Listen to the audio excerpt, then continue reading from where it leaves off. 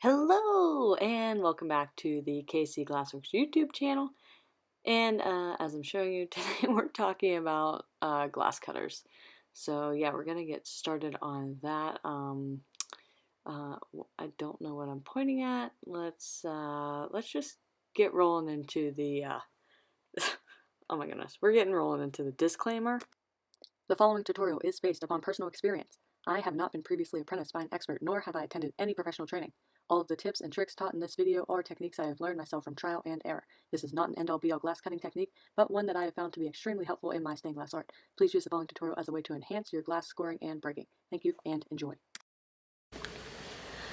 Alright, so let's just get started with talking about a couple different types of glass cutters. I'm really only showing you the pistol grip and the pencil grip. So I like to use the pistol grip. You really just have to find what feels the most comfortable for you. But the most important part is getting a good quality brand of glass cutter. So Toyo is always super good. I think that's mostly what everybody buys. That's what I use. And especially if you're starting out, I still recommend just buy the Toyo glass cutter because it makes it worth it. And the next thing that I want to talk about is the glass itself. So glass is sort of made up in layers. Obviously it's like a molten ball of glass that they pour onto some sort of metal tray, then it's pressed in a roller. But whenever you start getting into like opalescent glass and opal glass, the sort of like density of the glass changes. So if you have white in it and then like a couple other different colors, if you have 3 or more colors, the density of that glass changes and it ends up looking like it's in layers. You'll see it in this last piece of glass, this sort of yellow, amber, white mixtured glass. You can kind of sort of see it on the side. You'll see a strip of white, a strip of yellow, a strip of amber, whatever the colors might be. They end up stacking all on top of each other. So that can sort of change the way that your glass cutter acts on the top of the glass. But I don't really see that difference whenever I'm using this technique that I'm going to show you. It seems like everybody sort of thinks that opal glass is more difficult to cut than translucent glass or just regular clear glass, but I really haven't seen that with what I do with my glass cutter. So that's what I want to show you today, which I am calling the Hot Wheels technique. And I sort of thought about this because I wanted to kind of explain to you what it felt like whenever I was actually using the glass cutter, and the only way that I could think of was playing with like Hot Wheels or like a toy car of some sort. So yeah, so I kind of show you what I mean by that, and really essentially all I mean is just holding on to the car and gliding it across the surface. So you're not super hard pressed down on that Hot Wheels car, you're just, you know, holding it like normal and gliding it across the surface. Basically, essentially all you're doing is giving your cutter enough pressure where the actual head of the cutter is pressed in. So you're not pressing so hard that you're like punching into the glass, what I'm actually gonna call like pushing and shoving. You're essentially literally just pressing down the glass cutter enough where that head is met up against the actual plastic part of the handle of the cutter, and then you're gliding it across the glass. You're going to hear the difference, and you're also going to see the difference whenever the glass is actually broken. So that's what I want to show you here in this little experiment. It's called pushing and shoving versus pressing and gliding, or the Hot Wheels technique, which I think just sounds so cool. Okay, I got this like clear piece of window glass, which kind of like is a good way for beginners to start out because it's just a really easy glass to score and break. So I show you the difference between pushing and shoving and then pressing and gliding, and it is extreme, and I think you're gonna end up really liking it. So here is what pushing and shoving sounds like.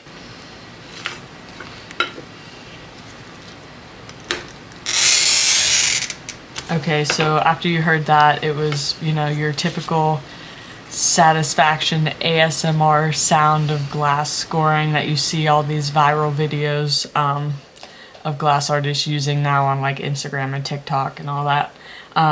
But I kind of zoom in here where you can see the actual score line, and you see a lot of the top of the surface of the glass being like fractured.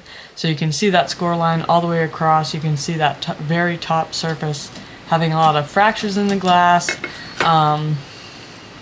where, like, you know, you knew I was holding pressure on the top of that the whole time. Okay, so then this is what the Hot Wheels technique sounds like and what it looks like.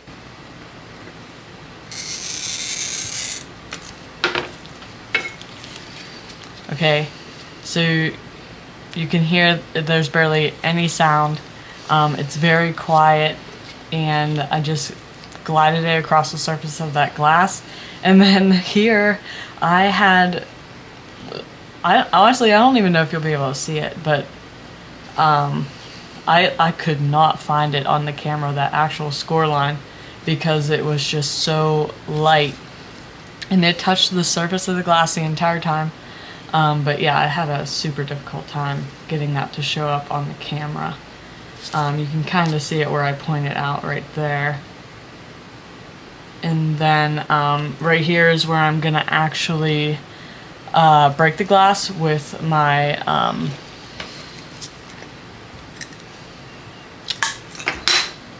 that thing. It just escaped the brain. Okay, so yeah. So I'm starting to break the glass, and right here I broke it on the first score line. You can see that, like, probably, I don't know, maybe a 32nd of an inch, there's fractures all along that glass, and you can see that there's kind of like, it's not a straight perfect line, there's kind of like chunks, essentially. I don't know. It's not that it's wrong, but there's so much pressure put down on that could, if you had a more difficult shape, that could have caused it to crack. On the second score line, you can see, okay, so it's a little difficult to see, but on that second score line, I'll pause it. You can see that there is no fractures on the top surface of that glass, and that it's a clean break all the way across. There's no sort of waviness or kind of like a breaking of back and forth on either side of the halves. It's just a clean straight line all the way across. Next, we're going to move into white glass. So just opal white glass using just the Hot Wheels technique. So all these glass colors and types moving forward will all be using the Hot Wheels technique.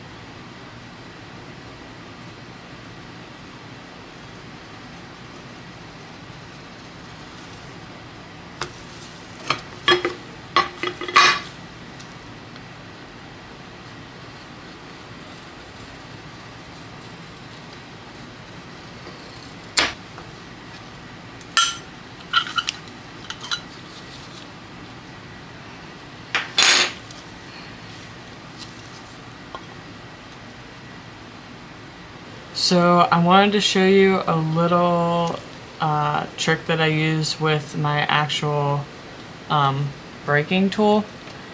And that is right here whenever I'm about to break this piece off of this pink opalescent glass.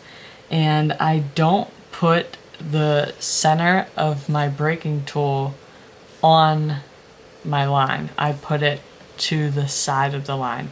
So I'll pause it right here so you can see. So you can see that the center of my tool is right beside the line that I scored. And that sort of helps the whole like waviness of the break. Whenever you break right on top of your score line, the glass tends to be a little bit wavy in a way, rather than it being straight all the way across. So choose either side of your score line and press down from right there, and it'll give you a nice clean line, either this, to the right or to the left. It won't be back and forth. So that's another tip to help you do some nice breaking.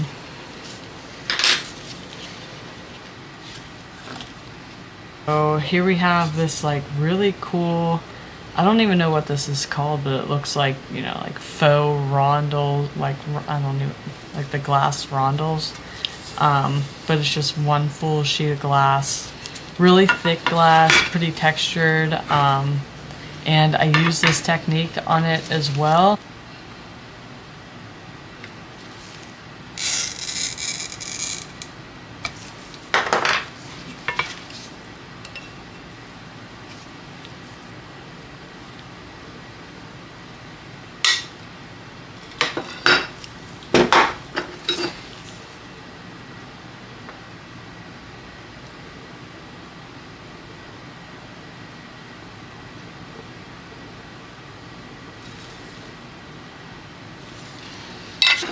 Okay, and finally I have some clear and teal spectrum Baroque glass, and I'm just taking out this inner curve. So what I marked with an X is what, like, if it was a pattern piece, that's what I would want to get rid of.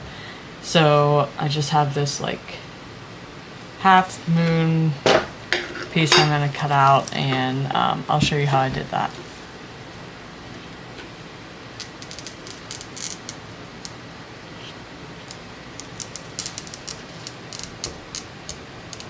So at this part, a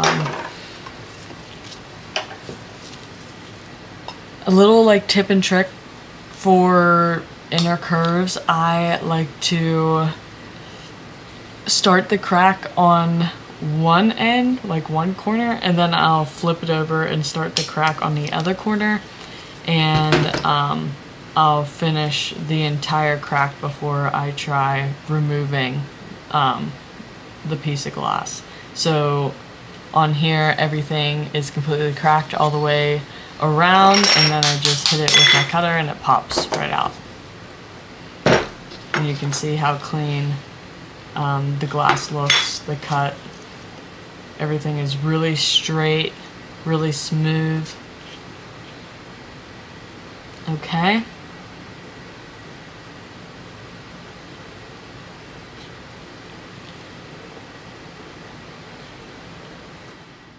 And finally, I would just like to say thank you for watching and subscribe to this channel.